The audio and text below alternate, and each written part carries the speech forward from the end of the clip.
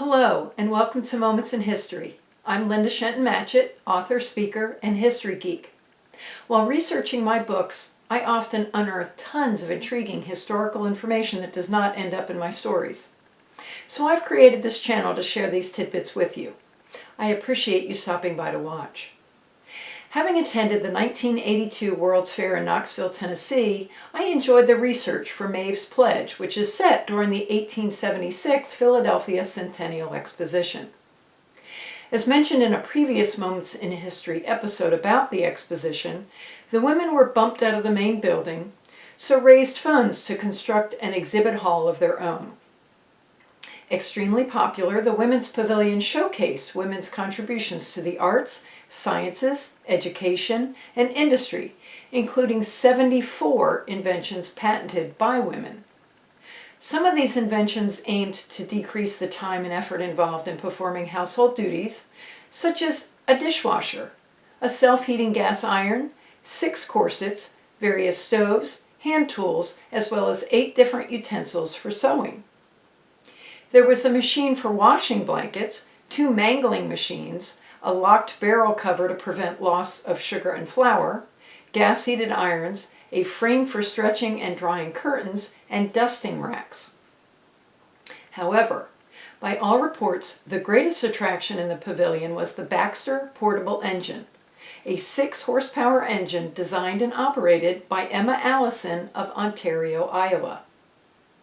The engine generated enough energy to operate a printing press, looms, and spinning frames.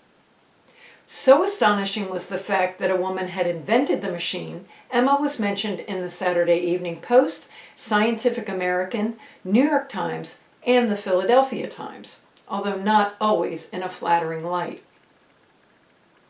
According to several sources, each morning she would light the fire to get the engine started, and at night she'd blow off the steam. One report indicates that, quote, crowds gathered around her station plying her with questions which seemed to amuse her, end quote. Emma herself came under scrutiny for her behavior and appearance. It was noted that she was not vulgar in any way, but instead accomplished in practice, a scientist as well as an engineer, and a lady. High praise indeed. This brought to mind the advertisements during World War II that showed Rosie the Riveter in nail polish and lipstick. Another exhibitor, Mary Jane Stafford Blake, had gained fame as a result of her work during the Civil War when she organized hospitals. After the war, she graduated from New York Medical College and then went on to Europe for additional training in obstetrics. She displayed a new surgical instrument that she had designed ostensibly for obstetrical use, certainly not something one would expect to be on public display given the social mores of this Victorian era. Mary Nolan of St. Louis, the daughter of Irish immigrants, exhibited a small model house constructed of interlocking hollow bricks made of a compound she had created. Unfortunately, although her product garnered much attention, she neglected to file a patent for her materials, and the invention was soon usurped by others. Elizabeth Stiles had a happier story.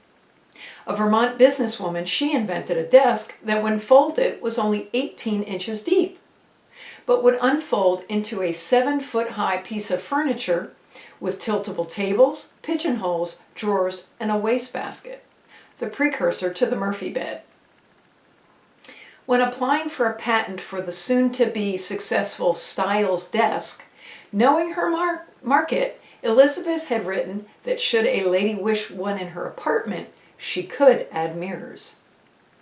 Despite being unheard of today, Mary Potts was also highly successful with her inventions. She displayed her cold handle sat iron that had been patented in 1870. Its design focused on convenience of use by replacing the metal handle, which was prone to getting hot, with a cool wooden one that was much more comfortable to hold. The iron was shaped as a double-pointed for operating in both directions and was made of hollow rather than solid metal. The hollow iron was to be filled with material that was a poor conductor of heat, such as cement or clay.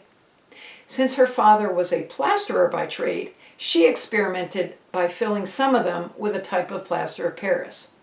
The advantage of these materials was that they did not radiate heat up to the user like its predecessor, the conventional solid metal iron. Initially, she sold her innovative clothes iron herself, then later it was franchised out and manufactured by the American Machine Company in Philadelphia.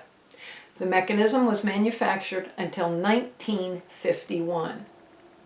Self-taught engineer Margaret Knight displayed many inventions, including a machine for making square-bottomed paper bags. They were patented in November of 1870. She subsequently founded the Eastern Paper Bag Company that same year, making grocery bags pretty similar to those in use today.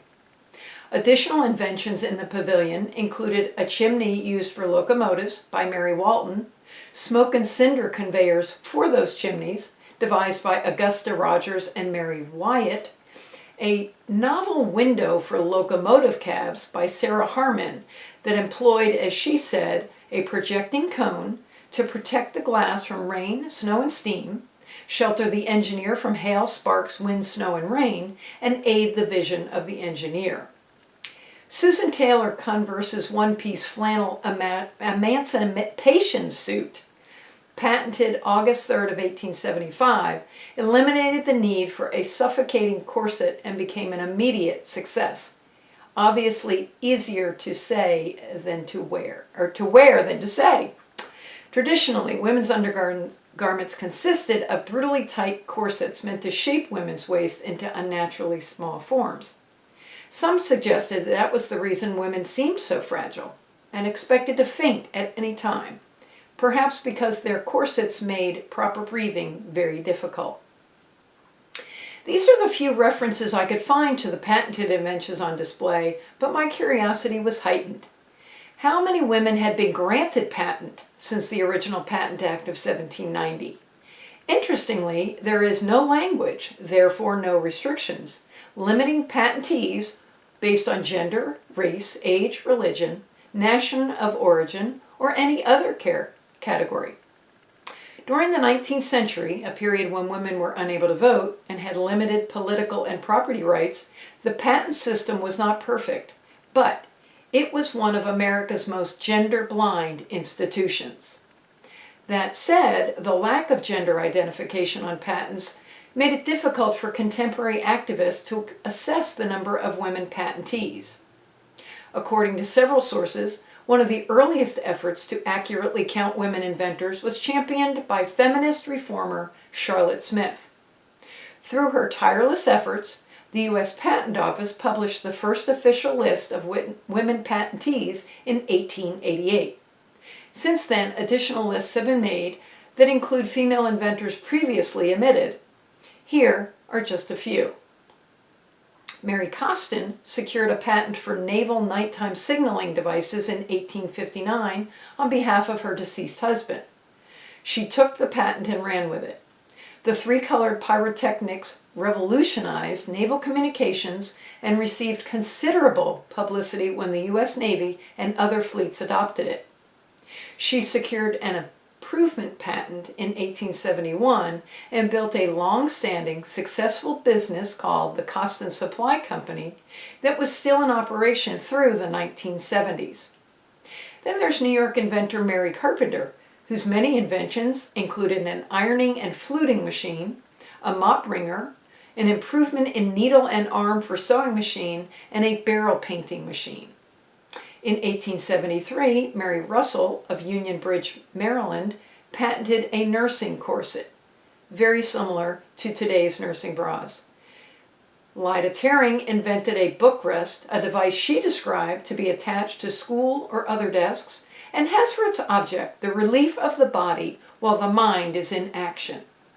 Then there's Boston, Massachusetts native Ellen Viets, who patented a new and useful pantaloon tree, or apparatus for shaping the legs of trousers. Sarah Barnes of Lafayette, Virginia, patented her medical compound, which she called anti-dyspeptic and family bitters. Anne Maria Harris of Columbus, Georgia, invented what she called a new and useful improvement in grates for stoves.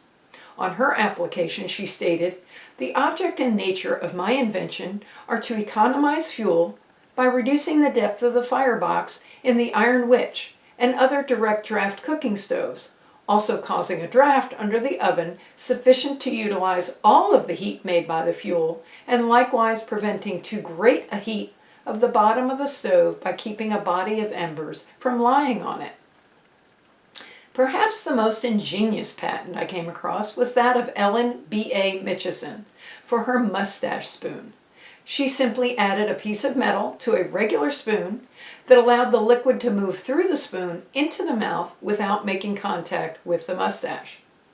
According to her letter accompanying the drawing, "The object of my invention is to enable the wearer of a mustache to convey soup and other liquids to his mouth by means of a spoon without danger of soiling or disfiguring his mustache.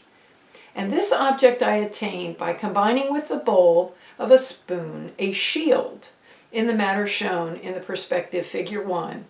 The shield being such that while it permits the user of the spoon to receive into the bowl by the usual dipping process a proper quantity of soup, the latter can be conveyed to the mouth without any portion of the liquid being brought into contact with the mustache."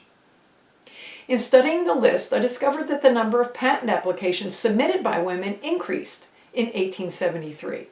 Perhaps because of the Patents Office hiring of Anne Freeman as its very first female patent examiner in 1872. I hope you've enjoyed today's moment in history. If you want to learn even more history, please stop by my blog, found on my website at www.lindashentonmatchett.com. And consider subscribing to my channel. Click the bell icon to receive notifications of new episodes that generally release on the second and fourth Friday of every month. Thank you for watching and have a great rest of your week.